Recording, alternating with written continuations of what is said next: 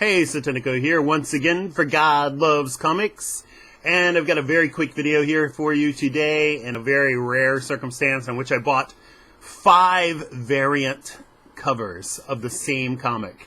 And I'm not a variant guy. I almost never buy variants for any reason. I don't buy modern comics particularly.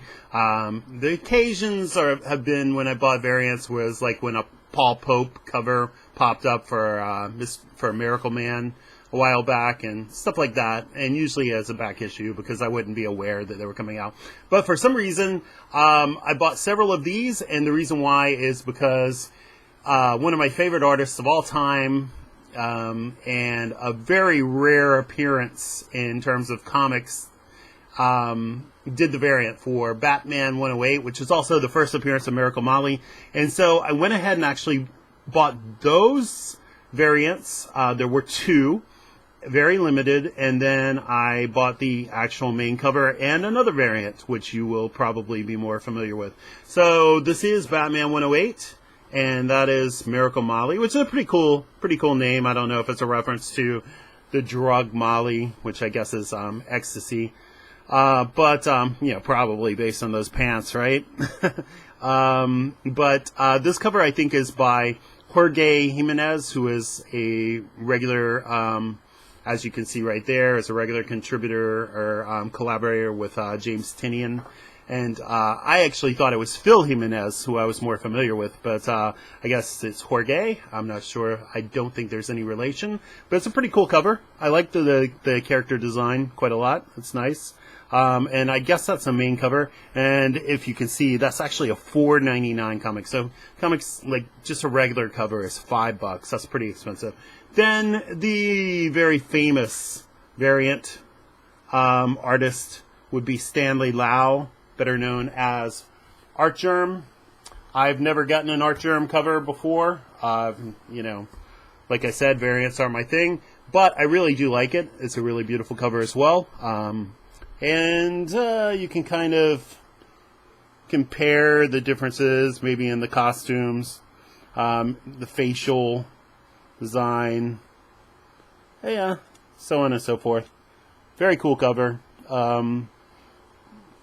Artgerm, obviously, very technically skilled, but also kind of brings, you know, it still brings a cartoony element to it, so it's not hyper-realism by any stretch of the imagination. I would kind of compare him a little bit to like a newer version of James Jean. I'm not saying that he draws like James Jean or even is as talented as James Jean, even though he may be. James Jean went on to also become a friend of this artist I'm going to show next, and also became a big-time artist in the mainstream, outside of comics, I should say, fine art. And let's see. Okay, I'll go ahead and show this one first.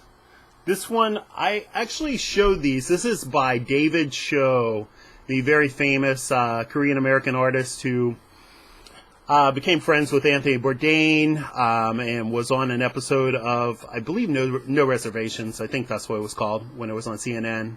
Famously went to the Sizzler with Bourdain, and in a all-red suit, 3-piece suit. And Choe, you know, of course, became incredibly wealthy as a result of his famous story of getting Facebook stock before Facebook ever went public with their stock options, and did Thumbs Up for Vice. He just did the Choe Show, which is his interview show on FX. It just came out. Was it July 1st or June 28th or something like that? It's just a couple of days ago. I haven't seen it yet. But he also just appeared on Tiger Belly, which is one of my favorite podcasts with Bobby Lee. Wasn't the best podcast appearance because there was a lot of therapy talk and blather and arguing, and I don't know. It got a little bit weird, but other people really, really liked it.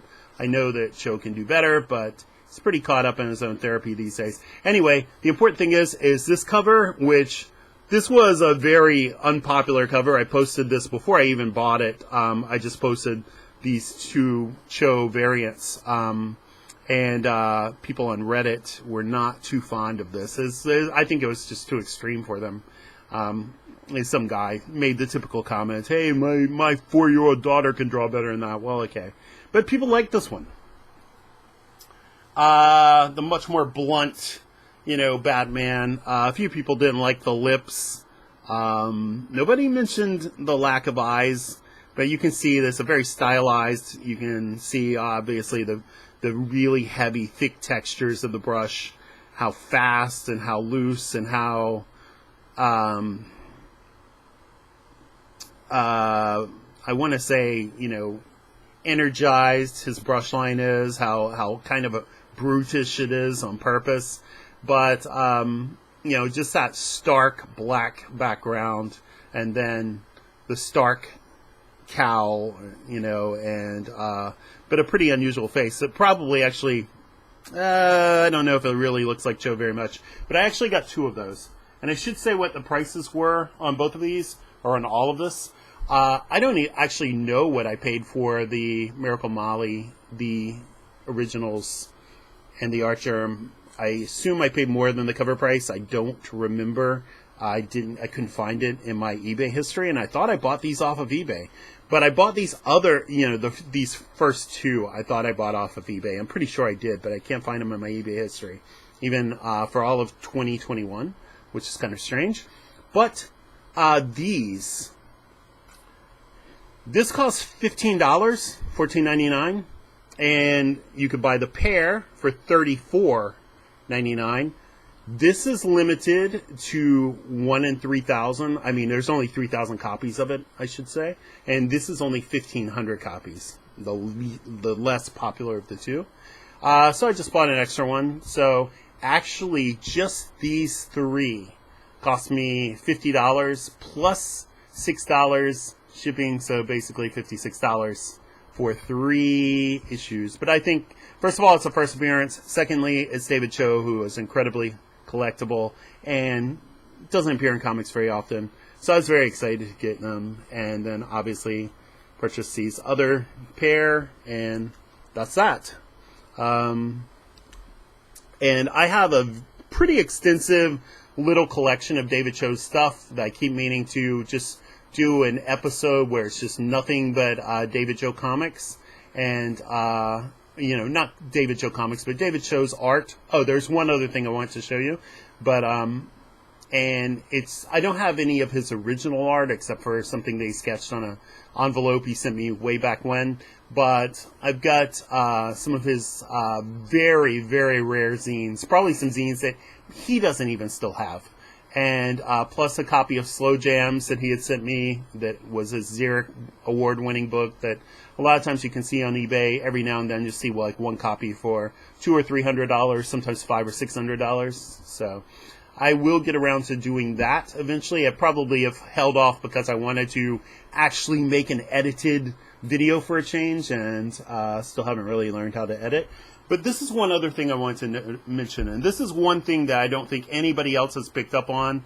I haven't seen anybody talk about this really, but as soon as I saw this style, I immediately thought of the juxtaposed cover. And you can see very similar. Obviously, the actual drawing itself is different, but the approach with these very thick gray and black chunks of paint, around the edges is very similar. And obviously, again, it's also, just this close-up portrait of this female figure, and this is obviously Batman. So I'm saying obviously way too much. So sorry about that. And this is a collector's cover, 2 of 5. I don't care about that. Who knows? I don't know about collector's cover. But the one other thing I wanted to add is that there are multiple covers of this. Including, this is the same exact issue, just a different cover. I have this poster on my wall back here. And there's another one. I think it's the same issue, even though I think Choe's appeared in Juxtaposed a couple of times. There were Johnny-come-latelys in terms of, catching on to Choe, because I had interviewed him years before anybody else did. And then Johnny Robot also actually was the first. I think, the first kind of major magazine that interviewed him. And so, you know, there's that. But anyway, that's all I want to talk about. So there you go.